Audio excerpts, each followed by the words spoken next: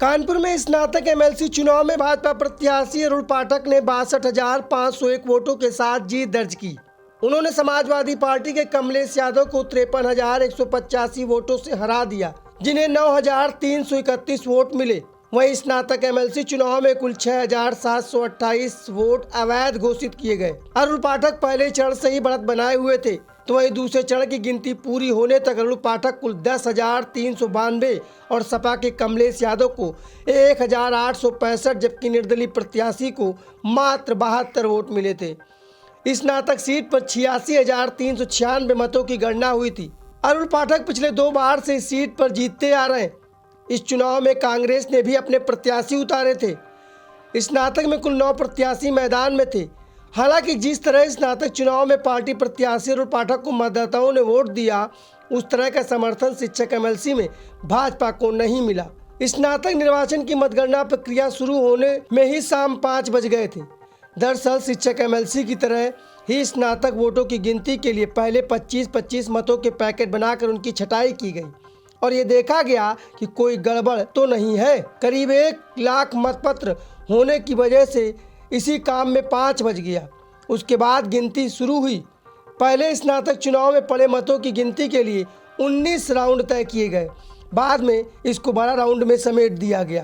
पहला राउंड करीब रात में 8 बजे पूरा हुआ, तो वही दूसरा राउंड रात में 10 बजे। फिलहाल 24 घंटे की मतगणना के बाद आज सुबह 7:30 बजे पूरे 12 राउंड कंप्लीट हो पाए। उसके बाद बीजेपी के अरुण पाठक ने अपनी जीत दर्ज कराई।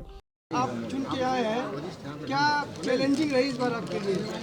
नहीं, कोई भी चुनाव एक चुनौती होता है। एक वोट से जीता जाए या 1 लाख वोट से जीता जाए, परंतु जिसके पास भारतीय जनता पार्टी जैसी पार्टी हो, मोदी और योगी जैसे नेता हो और भारतीय जनता पार्टी जैसे कर्मठ कार्यकर्ता हो, परिवार हो, उसको किसी भी चुनाव में किसी प्रकार की चुनौती मुझे लगता है कि नहीं लेती, क्योंकि भारतीय जनता पार्टी 24/7 हर चुनाव के लिए तैयार रहती है, अपनी नीतियों के कारण, अपने सिद्धांतों के कारण, जनता में अपनी उपलब्धता के कारण।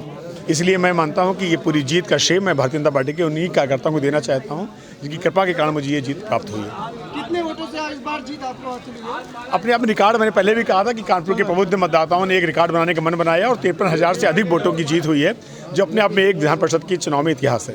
इस बार क्या प्रायोरिटी रहेगी? जीत के जा रहे हैं तो कौन से काम ऐसे अधूरे जो इस बार पूरे करने होंगे? नहीं, काम कभी पूरे नहीं होते। काम अच्छे होते हैं, फिर उत्तम होते हैं, उसके बाद सर्वोत्तम होते हैं, उसमें एक्यूरेसी बनी रहती है। लेकिन मोदी और योगी जी के सपनों को उत्तर प्रदेश बनाने के लिए जो भी काम होंगे वो सब हमारी प्रायोरिटी के काम है। मतदाताओं से क्या कहना चाहेंगे? सबसे पहले उनको आभार व्यक्त करना चाहूँगा, धन्यवाद देना चाहूँगा, शुभकामनाएं देना चाहूँगा। उन्होंने तीसरी बार मुझ पर भरोसा किया है। उनकी कसौटी पर, उनकी आकांक्षाओं पर खरा उतरने का प्रयास करूँगा और एक जनसेवक, एक एमएलसी के क्या कर्तव्य होते हैं, क्या काम होते हैं, उनको बताने का अपने क्रियाकलापों द्वारा प्रयास करूँगा। Video desk amarujala.com। डाउनलोड करें अमर उजाला ऐप और पाएं खबरें लगातार।